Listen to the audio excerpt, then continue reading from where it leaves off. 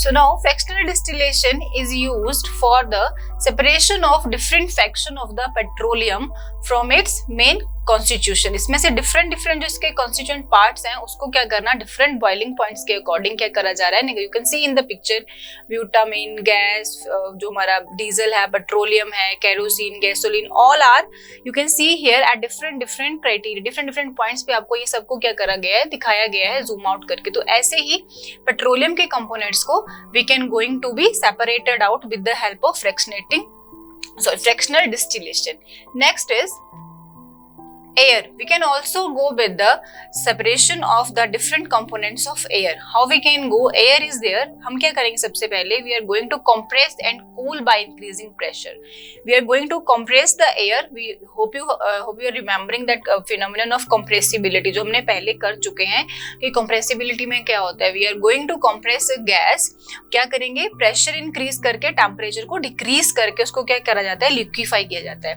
तो same we are going to do with the air, compress करके we are going to increase the temperature, increase the pressure and decrease the temperature. उसको compress करेंगे सबसे पहले air को, जब हम उसका में से different components को क्या कर रहे हैं, separate out कर रहे हैं.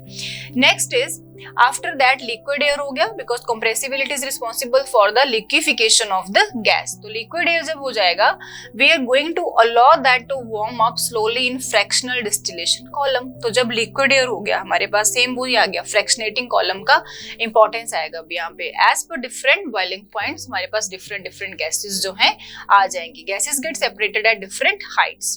You can see in the picture boiling point दे रखा है, gases ली हुई है हमने अपने पास. Boiling point oxygen, argon, nitrogen का दे रखा है in degree Celsius 100 and -183, 186. As per that, we are going to collect these gases at different height in the experimental setup of fractional distillation. Percentage of air 20, कितना oxygen है 20.9, उसमें कितना है 0.9 argon and nitrogen is 18.1. तो ये सब क्या है हमारे पास with the help of fractionating column. सबसे पहले अगर हम बात करें एयर को कैसे करेंगे, we know the process of compressibility.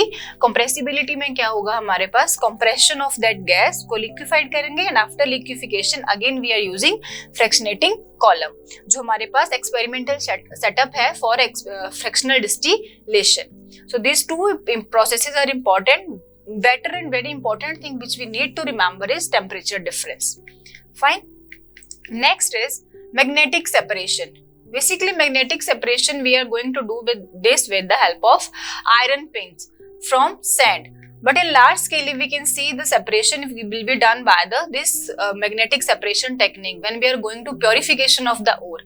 तब हम ये वाला magnetic separation का setup use करते हैं. Otherwise magnetic separation अपने पास होता है then iron pins, you people may be observe that कि जो हमारे signals होते हैं वहाँ पे कुछ देखा होगा, कुछ लोग होते हैं वो क्या करेंगे, एक उन्होंने एक लकड़ी का कुछ समथिंग बनाया होता है, उसमें एक मैग्नेट लगा रखा होता है. With that magnet they are roaming here and there, और उस मैग्नेट्स को घुमाते रहते हैं. तो जो भी सैंड में बाय चांस किसी का आयरन गिर रखा है या कोई भी चीज गिरी हुई है मेटालिक, वो उस मैग्नेट से चिपक जाती है. तो that is very small scale पे जो करा जाता है. That is also written over there, iron pins from sand, sand में से जो निकालना.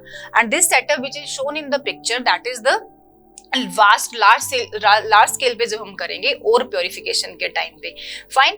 तो क्या करा गया, मैग्नेटिक रोलर रखा गया, उसमें से हम जब ओर को डालेंगे उसमें से क्या होगा, जो मैग्नेट है उसकी तरफ क्या होएंगे, मैग्नेटिक पार्टिकल अट्रैक्ट होंगे, दूसरी जो इम्प्योरिटीज हैं वो दूसरी साइड निकल जाएंगी. Fine.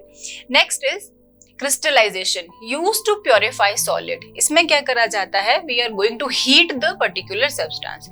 Salt we get from sea water can have many impurities. जो हम सॉल्ट सी वाटर से, वी कैन से दैट कि जो हम सॉल्ट बना रहे हैं सी वाटर से बनाते हैं with the help of evaporation. तो इवेपोरेशन में क्या होता है, वाटर इवेपोरेट हो गया एंड सॉल्ट पार्टिकल और जो हमारे सॉल्ट्स है वो नीचे रह गए, but that is not purified form. तो उसको बाद में क्या करते हैं, उसमें बहुत सी इम्प्योरिटीज होती है तो उसको प्योरीफाई किया जाता है. तो crystallization used to purify the solids. Crystallization is the process that separates the pure solid from crystallization is the process that separate a pure solid form of its crystal. क्या करेंगे crystallization में? Heating करेंगे. You can see in the image हमने क्या करा, जो हमारे पास large scale पे we can also do and small scale पे we can see in the laboratories, हमारी जो chemistry labs रहेंगी, we can go there. हमारे पास चाइना डिश रहता है, छोटा सा apparatus होएगा, you can see in the picture also. तो उसमें क्या करेंगे, जो हमारे पास substance उसमें जो salt घुल रखा है, we are going to heat that. हम उसको 1/4 जब तक वो वाटर नहीं रह जाता हीटिंग के बाद, तब तक हम उसको we are continuously heating that. In between we are also going to stirring that and after that उसको कूल डाउन करने रखेंगे. और आफ्टर कूलिंग डाउन हमारे पास विद इन 24 आवर हमें क्रिस्टलाइन फॉर्म मिलेगा कि जो क्या है, जो रेस्ट ऑफ द कुछ सॉल्ट क्या हो गया, इवेपोरेट हो गया बाय हीटिंग. फाइन, हीटिंग से क्या हो गया, बॉइलिंग कर करके हमने उसको बहुत ज्यादा इवेपोरेट कर दिया. उसके बाद क्या है, जो एक्स्ट्रा रहेगा that will evaporate with in the time of 12 to 24 hours. तो हमारे पास प्योर फॉर्म रहेगा, इसमें कुछ भी क्या है एक्सेस में नहीं है, दैट इज क्रिस्टल्स. तो क्रिस्टलाइजेशन जो है, जब सॉल्ट को बनाया जाता है फ्रॉम सी वाटर, उसके बाद उसको क्रिस्टलाइजेशन किया जाता है, उसको क्या किया जाता है, प्योरीफाई भी किया जाता है. Crystallization is the technique used to purify the solids. Next is applications of crystallization. Purification of salt that we get from sea water. कहाँ यूज करा जाता है, purification of salt, जिसको हम salt को कहाँ से ले रहे हैं, from the sea water. And separation of crystal of alum crystal from the impure samples. Impure samples से pure alum को निकालना. Next is how crystallization is better technique than evaporation. This question is very common which we can ask कि क्यों हम मानते हैं crystallization is better than evaporation. तो because some solid decompose or get charred as sugar or partially burn so as to blacken the surface. जो हमारे पास evaporation उसमें क्या होगा, solid जब decompose होगा तो वो charred हो जाता है, can heating to dryness as to blacken the surface. तो वो क्या कर देते हैं, surface को blacken कर देते हैं. But कुछ impurities क्या करेंगी, many remain dissolved in the solution even after filtration. अगर हम evaporation की बात करें कि impurities क्या करेंगी, उसमें क्या करती रहती हैं, dissolve रहती हैं solution में filtration के बाद. On evaporation वो contaminate करेंगी solid को, क्योंकि जो हमारे पास solution है हमने बनाया, हमने उसको evaporation के लिए रखा and after evaporation क्या हो रहा है, वाटर इवेपोरेट हो रहा है, बट सारा तो एक टाइम पे इवेपोरेट नहीं होएगा. कुछ जो इम्प्योरिटीज हैं they are also dissolved in that solution. तो वो क्या करेंगे, कंटामिनेट कर देती हैं सॉलिड को, अगर वो सॉलिडिफाई हो जाता है. Next is so crystallization is better than evaporation. इन 2 रीजंस की वजह से जो हमारी क्रिस्टलाइजेशन है that is better than evaporation. Next is very important which is we can say that कि जो हमारे इस चैप्टर में हमने पढ़ा उसका क्या है, एक काइंड ऑफ कंक्लूजन है कि हमने क्या क्या पढ़ा. मिक्सचर एंड कंपाउंड की बात करी गई है. मिक्सचर्स आर द एलिमेंट और compounds just mix together to form a mixture and no new compound is form. Mixture में क्या है, कोई भी दो से ज्यादा चीजें हम घोल रहे हैं, मिला रहे हैं, जैसे हमने घर पे 2-3 दालों को इकट्ठा कर दिया, that is a mixture. Fine, कुछ नया कंपाउंड नहीं फॉर्म हुआ. बट कंपाउंड क्या है, element react to form new compounds. इसमें क्या होएगा, जो हमारे पास एलिमेंट के एटम है, not elements going to react, atoms जो है वो रिएक्ट करेंगे और फॉर्म करेंगे न्यू कंपाउंड. तो formation of new compound is there, but in mixture no new substance is formed. Next is a mixture has a variable composition. Variable composition not fixed कि हमने कितना अमाउंट क्या चीज लेना, that is not fixed. But in case of compound, the composition of each new substance is always fixed.